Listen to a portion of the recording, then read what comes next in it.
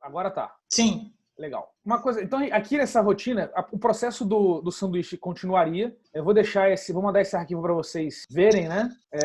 E depois ele tem aqui uma versão em que ele está organizadinho dessa maneira, com cada comando numa linha para poder identificar de forma fácil. Só que o que é importante de ver aqui? Vamos pegar, por exemplo, aquela questão da faca.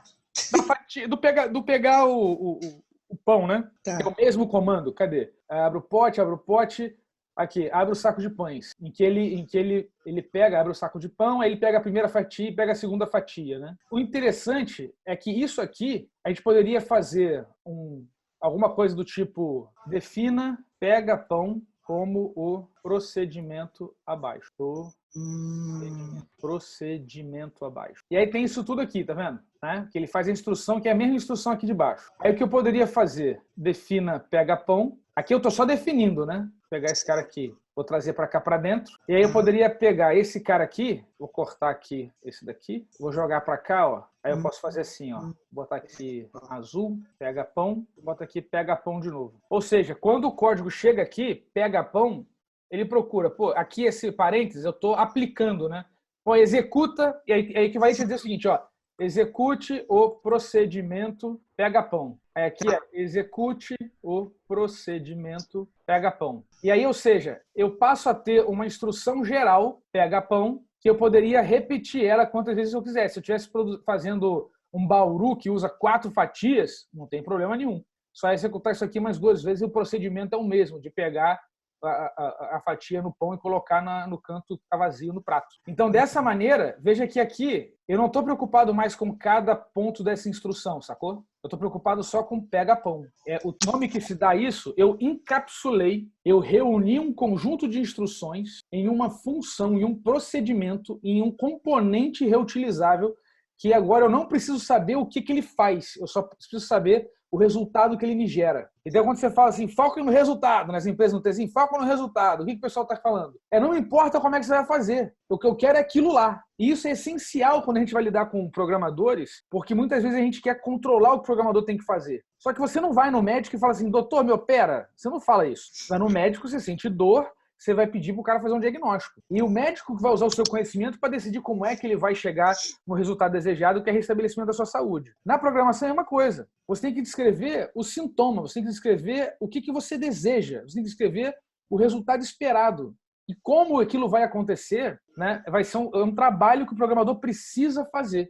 Ele precisa entender o que você quer, as restrições do seu contexto, a restrição de tempo, a restrição de grana, várias restrições que você tem, explícitas e implícitas, para que ele possa tomar a decisão do que é certo a fazer, e não apenas executar, programar o computador. E o problema que a gente tem hoje é que pouquíssimos são os programadores que são preparados para, de fato, resolver problemas. Em geral, eles são preparados para codificar. E isso é a raiz de todos os problemas que a gente tem hoje no mercado de tecnologia, que dificulta, que gera um desperdício animal. Explique melhor isso de codificar, como não entendi. Codificar, ele está preocupado, você chega e fala assim, eu quero que você faça um sanduíche e tá aqui, ó, tem que ter manteiga, não sei o que, não sei o que, não sei o que. O que ele faz se preocupa com isso aqui. Ele não se preocupa qual é o contexto em que o sanduíche vai ser feito. Ele não se preocupa o que vai acontecer com o sanduíche depois. Ele não se preocupa com a qualidade dos ingredientes, ele não se preocupa com se você tem alergia à lactose e não pode comer o queijo, entendeu? Porque na hora que você demanda a coisa, o que ele pressupõe que sabe o que você quer. Isso é um problema. E quem trabalha com programadores enfrenta isso o tempo todo. Porque quando você controla demais o que tem que acontecer e controla demais o programador, ele se exime da responsabilidade, porque ele está codificando o que você mandou ele codificar. Entendeu? Então isso acontece pra caramba com quem trabalha com tecnologia e depende de programadores. Por isso que eu digo, nunca diga ao programador o que tem que fazer. Descreva as restrições do que você quer. Olha, eu preciso de um sanduíche que tem que estar pronto em 3 minutos, porque eu vou sair e eu preciso levar esse sanduíche. E a ideia do sanduíche é que ele sirva de lanche para mim no final da tarde, porque eu vou passar o dia fora fazendo um trabalho e tudo mais. Então, ele tem que 3 minutos. Pode ser que não dê tempo de assar o sanduíche, vai comer um misto frio, não um misto quente, entendeu? Mas você vai ficar alimentado igual, compreende? Isso é a diferença se o cara vai fazer um site todo complexo ou ele vai fazer uma coisa mais simples. Qual é a estratégia que ele vai fazer? Se é um sistema para 1 milhão de pessoas usarem 24 horas por dia, a um sistema empresarial interno que só 10 pessoas usam. A estratégia e o custo desse tipo de projeto é completamente diferente. E aí que vem uma coisa importante.